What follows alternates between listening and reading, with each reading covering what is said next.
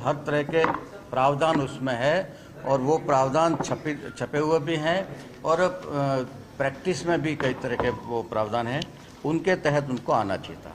इतना यदि बड़ा मुद्दा उनके लिए था तो उनको केवल पॉइंट ऑफ ऑर्डर के माध्यम से क्यों आना चाहिए था। पॉइंट ऑफ ऑर्डर तो तब होता है जब नियम की कहीं अवहेलना हो रही है प्रक्रिया में और उसको ठीक करने के लिए होता है, वैसा कुछ था नहीं। पॉइंट ऑफ ऑर्डर और पॉइंट ऑफ इन्फॉर्मेशन बहुत छोटी चीज़ें हैं। यदि इतना बड़ा मुद्दा है तो उसके लिए बाकायदा और नियम के तहत तैयारी करके उनको आना चाहिए था। डबल एज का मुद्दा तो 6-7 महीने पुराना है, अब तक क्या कर रहे थे वो। सदन भी पिछले 3 जुलाई से चल रहा है, अब तक उनको उसमें भी नियमों के तहत आया जा सकता था, वो सब उन्होंने नहीं किया।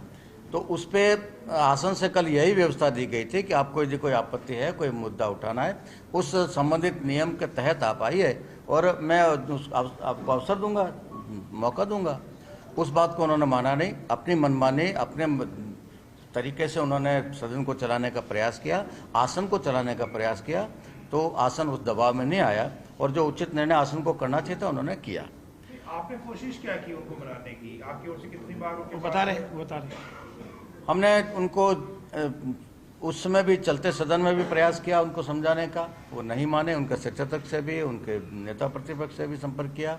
उसके बाद जब वो किसी तरह से नहीं माने और निलंबन तक की नौबत आ गई, निलंबन के बाद हम लोग लगातार उनके संपर्क में थे, मैं भी और संसदीय कार्य मंत्री दोनों अलग अलग भी मिले, एक साथ भी मिले, उनके नेता से मिले, उनके उपनेता से मिले, उनके सचेतक से मिले और भी उनके वरिष्ठ जो नेता है, पारिक साहब हैं या हरिमोहन जी हैं, उन सबसे मिले और सबसे उनसे कहा कि एक बार वो आदेश की पालना करें और वो निलंबित सदस्य बाहर चला जाए और उसके बाद अपन स्पीकर साहब से निवेदन करेंगे तो उसके बारे में पुनर्विचार किया जा सकता है, लेकिन पहले वो आदेश की पालना करें और आसन के प्रति सम्मान प्रदर्शित करें।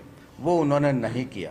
पहले भी ऐसे कई बार निलंबन हुए हैं और उस समय सब सदस्यों ने ये किया है, खेद भी प्रकट किया है, बाहर भी गए हैं, आदेश की पालना भी की है और उसके बाद उसका वापस निलंबन रद्द भी हुआ है। ये आज भी हो सकता था, कल भी हो सकता था यदि उन्होंने आदेश की पालना कर ली होती। उन्होंने जिद पकड़ रखी थी कि हम आदेश की पालना तो करेंगे ही नहीं, आपको ही अपना आदेश वापस लेना है। तो आसन की भी अपनी मर्यादा है, सदन की भी अपनी गरिमा है, उसका पालन करना हमारी जिम्मेदारी थी। वो माननीय अध्यक्ष महोदय ने भी पालन किया और हमने भी पालन किया। रात को भी हम 11 बजे तक उनके संपर्क में थे, वहाँ हाउस में भी हम गए हैं, फ़ोन से भी हम संपर्क में थे। अंत में जाके ये एक फार्मूला निकला था कि कल सुबह उनको वापस ले लिया जाए। उसमें ये हमने प्रस्ताव दिया है कि प्रश्नकाल पूरा होने दीजिए, प्रश्नकाल तक वो बाहर रह जाए, नापक्ष लॉबी में बैठ जाए या और कहीं बैठ जाए और प्रश्नकाल पूरा होने के बाद आप निवेदन करिए, आसन विचार करेगा। उसमें हम भी सहमत थे। उन्होंने जिद पकड़ी कि नहीं, प्रश्नकाल शुरू करने से पहले ही हमारा निपटारा करो, तो फिर बाहर कहाँ गया वो? 1 मिनट के लिए वो सदन से बाहर नहीं रहा। सजा तो मिली नहीं, तो सजा मिलने से, भुगतने से पहले कैसे माफ़ कर दें? इस कारण से गतिरोध पैदा हुआ और ये प्रतिपक्ष की नादानी भी कह सकते हैं, हठधर्मिता भी कह सकते हैं कि उन्होंने सारे परंपराओं को दरकिनार करके इस तरह से आसन को जबरदस्ती निर्णय करने के लिए मजबूर करने का प्रयास किया। वो आसन उस दबाव में नहीं आया।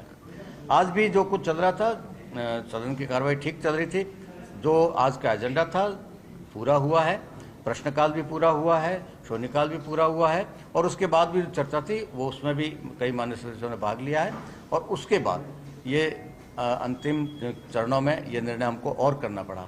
उसका इसलिए करना पड़ा कि एक तो जो निलंबित सदस्य है वो बार बार सदन के अंदर बैठे बैठे भी प्रवोक भी कर रहे थे और ऐसे वो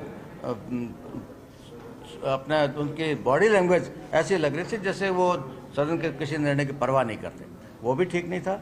और फिर कल जब मार्शल से उनको बाहर भिजवाने का आदेश हुआ आसन से, उस आदेश की पालना के दौरान उन्होंने जो व्यवहार किया वो और भी बुरा था।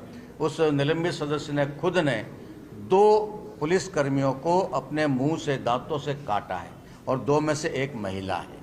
इतना भी उसको ध्यान नहीं रहा कि वो क्या कर रहा है, किसको काट रहा है। महिला की उंगली पे पट्टी बंधी हुई है, उस पुरुष के हाथ पे पट्टी बंधी हुई है, दोनों को कल उन्होंने घायल किया है।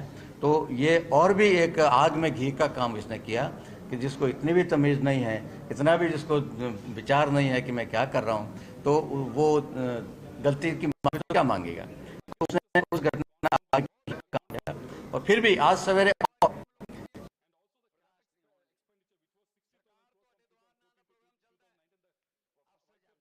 कार्य मंत्री जोगाराम पटेल की प्रेस कॉन्फ्रेंस और इस दौरान उन्होंने विधानसभा में आज और कल ये 2 दिनों का जिक्र किया जब कांग्रेस विधायकों का हंगामा तेज हुआ, वेल में आके नारेबाजी की। उस घटनाक्रम को लेकर उन्होंने स्थिति स्पष्ट की जो एजी और एएजी की नियुक्ति को लेकर। कहा कि नहीं, किसी कीमत पे हम समझौता नहीं करेंगे। आपको करना है तो राइट 11 बजे करिए, प्रश्नकाल शुरू करने से पहले ही करिए, अन्यथा हमको कुछ नहीं करवाना। तो फिर इतना आसन को झुकाना, सदन को झुकाना, ये सब वो प्रयास जो कर रहे थे उसको हमने स्वीकार नहीं किया और हमने कार्रवाई चलाने का निर्णय किया। और उसके बाद भी आज पूरे और अब जानकारी इस दौरान संसदीय कार्य मंत्री की ओर से दी गई जो नियुक्तियों को लेकर के नेता प्रतिपक्ष ने सवाल उठाया था। ऐसे में जोगाराम पटेल ने स्पष्ट किया और सीआरपीसी की धारा 24 का जिक्र किया और नागरिक सुरक्षा संहिता की धारा 18 का जिक्र किया। उन्होंने कहा कि दोनों के अंदर जो प्रावधान है वो एक जैसे हैं और नियुक्तियां जो है वो कानूनी तरीके से ही की गई है। जो आरोप लगाए गए हैं वो बेबुनियाद हैं। ये बात जोगाराम पटेल ने कही है।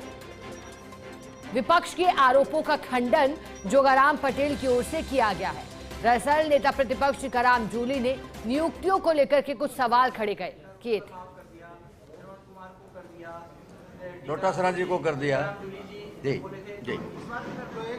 उन तीनों मामलों में उन तीनों व्यक्तियों ने तुरंत सद्भावना प्रकट की, तुरंत अपनी गलती को स्वीकार किया और चैम्बर में जाके भी और विधानसभा में भी उन्होंने उसके पर अपने केवल शब्दों में नहीं, पूरे अपने बॉडी लैंग्वेज भी, पूरी भावना भी उन्होंने प्रकट की। इसलिए आसन ने भी बड़ा मन किया और हमने भी आसन के आदेश को स्वीकार किया। इस व्यक्ति ने पिछले 27 घंटों में एक बार भी ये भावना प्रकट नहीं करी या हाव भी नहीं दर्शाए कि उसको कुछ अफसोस है या वो कुछ माफी मांगना चाहता है। कुछ नहीं, वो तो सदन को और आसन को झुकाना चाह रहे थे, इसलिए ये सारा पंगा हुआ है। निलंबन के दौरान अब वो इस सदन के माननीय सदस्य नहीं है, तो सदस्य के नाते जो सुविधा मिलती है, जो प्रिविलेज मिलते हैं, वेतन भत्ते से लेकर और प्रवेश तक जो कुछ सुविधाएं मिलती है वो सारी सुविधा समाप्त। जोगेश्वर जी, 6 महीने बाद भी क्या सत्ता पक्ष उनसे माफी मंगाने की मांग करेगा या उनको वापस स्वतः ही? इतना अशोभनीय व्यवहार करने वाले व्यक्ति को बिना माफी मांगे तो माफ किया ही नहीं जा सकता। बाकी 6 महीने बाद क्या होगा वो उसमें देखेंगे जी। सबसे बड़ी सवाल ये है कि आपकी सदन को चलाने की सभी सदस्यों के साथ सबसे बड़ी जिम्मेदारी आपकी बनती है जी। इसके बावजूद आपको सदन में कई भी देखा जाता है कि आप भी विपक्ष के छेड़ते रहते हैं, जबकि उन चीजों में कहीं ऐसा मैंने कब छेड़ा? जो गतिरोध होगा उनमें आपके तरफ भी उसमें घी में आप डाल। मैंने कब छेड़ा विपक्ष को? ऐसा कभी भी नहीं, ऐसा इन्होंने कभी मैं बता, देखिए सदन चलना चाहिए, यह पक्ष और विपक्ष दोनों की जिम्मेदारी है। और यदि सदन चलता है तो उसका ज्यादा लाभ प्रतिपक्ष को मिलता है, उनको अवसर मिलता है अपनी बात करने का। हम तो बिना सदन में बोले भी हमारे काम करवा लेंगे, उनके पास एक ही अवसर होता है, वो अवसर उन्होंने 2 दिन में खोया है। दूसरी बात यह है कि आप छेड़छाड़ की बात कर रहे हैं, मैंने कोई छेड़छाड़ नहीं करी, मैंने कोई प्रोवोक नहीं किया। मैंने सिर्फ इतना कहा था अभी अंत में कि वो थोड़े ठंडे पड़ते लग रहे थे। 70 लोग खड़े हैं, 4 लोग नारा लगा रहे हैं, तो नेता प्रतिपक्ष कमजोर नहीं पड़ जाए, इसलिए मैंने कहा थोड़ा और लोगों को बुलवाइए, इतनी सी बात थी और कुछ नहीं। इसके साथ एक सवाल और भी है जी। कि सत्ता पक्ष या विपक्ष सदन चलाने में आप लोग इतिहास रचने जाने की बजाय आप लोग इतिहास को दोहराने में ही ज्यादा आप लोग विश्वास रखते हैं। नहीं, हमने आज इतिहास रचा है। मैं भी प्रतिपक्ष में रहा हूँ, जब हम विरोध